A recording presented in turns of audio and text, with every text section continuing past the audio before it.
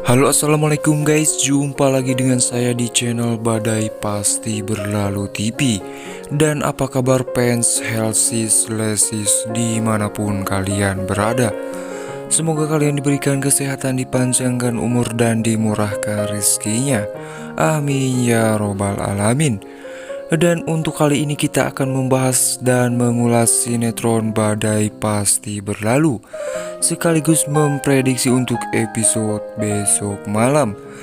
Tapi alangkah baiknya yang baru menemukan channel ini, silahkan tekan tombol subscribe-nya dan nyalakan juga lonceng notifikasinya, agar kalian tak ketinggalan notifikasi info terupdate dari channel ini.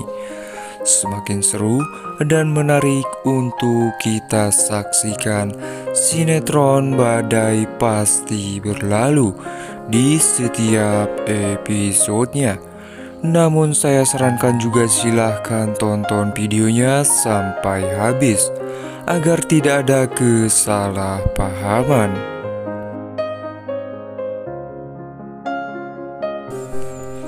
Di episode sebelumnya telah kita saksikan di mana si Joni yang berada di depan rumahnya si Maureen.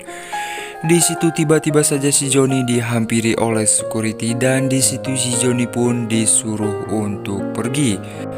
Akan tetapi si Joni membantah dan menolak untuk pergi dari situ karena dia ingin bertemu dengan Maureen dan membawa Maureen kembali kepadanya. Di situ security pun mengatakan kalau saya hanyalah menjalankan tugas. Dan tiba-tiba saja si Joni pun dikejutkan dengan kedatangan seseorang. Dan seseorang itu adalah ternyata mantannya Siska yang bernama Chris. Di situ si Joni pun terkejut dengan kedatangan si Chris. Dan si Chris pun mengatakan kepada si Joni, "Gue udah hubungin Siska akan tetapi sulit dihubungi."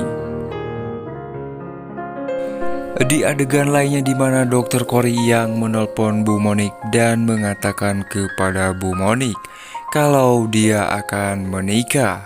Di situ Bu Monik pun bertanya kepada Dokter Cory, "Kamu mau nikah sama siapa?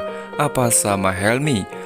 Di situ Dokter Cory pun mengatakan kepada Bu Monik kalau dia akan menikah dengan Mas Diki karena Helmi telah mengakui telah menghamili Siska. Dan Bu Monik pun berusaha menjelaskan kepada Dokter Cory, dan Dokter Cory pun tidak percaya karena semuanya telah terjadi. Dan tak lama Dokter Cory pun mengatakan dalam hatinya kenapa Helmi mengingkari janjinya untuk menikahi si Dokter Cory. Di adegan lainnya di mana si Joni yang bersama si Chris, dan si Chris pun bertanya tentang keadaan semuanya, dan si Joni pun cerita kepada si Chris. Setelah kedatangan si Helmi semuanya jadi hancur, keluarga gua semuanya berantakan. Dan di situ si Joni pun mengatakan kalau gue deketin si Maureen cuma ingin merebut kembali harta gua, akan tetapi semuanya sia-sia dan gua malah dijadikan pembantu. Dan si Chris pun mengatakan kepada si Joni kalau dia akan membantunya. Di adegan lainnya di mana si Ardan yang tiba-tiba datang ke rumahnya Siska, dan di situ Bu Marissa pun malah mengajak si Ardan untuk makan bersama. Dan sempat si Ardan pun menolak permintaan Bu Marissa.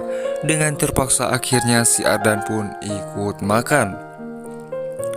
Dan akhirnya Siska pun keluar dan bertanya, "Ngapain kamu kesini?" ucap Siska kepada si Ardan. Dan akhirnya si Ardan pun mengatakan kalau dia ada hal yang harus dibicarakan dengan Siska. Dan di situ Bu Marissa pun sempat mengatakan Sudah jangan ribut di sini, ucapnya. Tak lama Bi Juleha membawa buah-buahan untuk Siska dan akhirnya Siska pun memakan buah tersebut.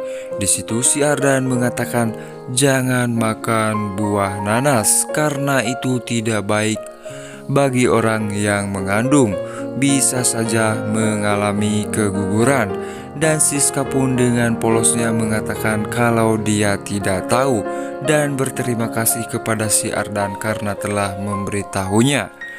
Di situ Bu Marissa pun geram kepada Siska dan mengatakan kepada Siska, jangan-jangan kamu mau gugurin kandungan kamu. Dan akhirnya Siska pun angkat bicara kepada Bu Marissa, tidak mungkin saya melakukan hal itu kepada anak saya, dan saya akan menjaga anak saya dengan sepenuh hati, ucapan Siska kepada Bu Marissa. Dan akhirnya Siska pun menuduh si Tiara bahwa si Tiara lah yang menyuruh si Bi Juleha memberikan nanas kepada Siska.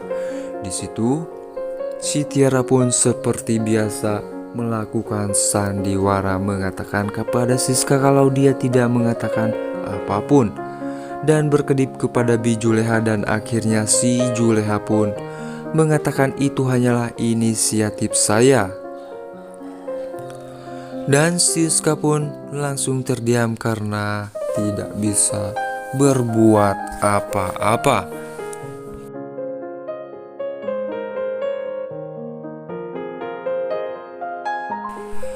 Di adegan lainnya di mana Siska yang akhirnya berbicara dengan si Ardan empat mata, di situ Siska pun bertanya kepada si Ardan sebenarnya ada hubungan apa Leo dan si Tiara di masa lalu. Dan si Ardan pun mengatakan kalau si Leo dan si Tiara itu tidak ada hubungan apapun.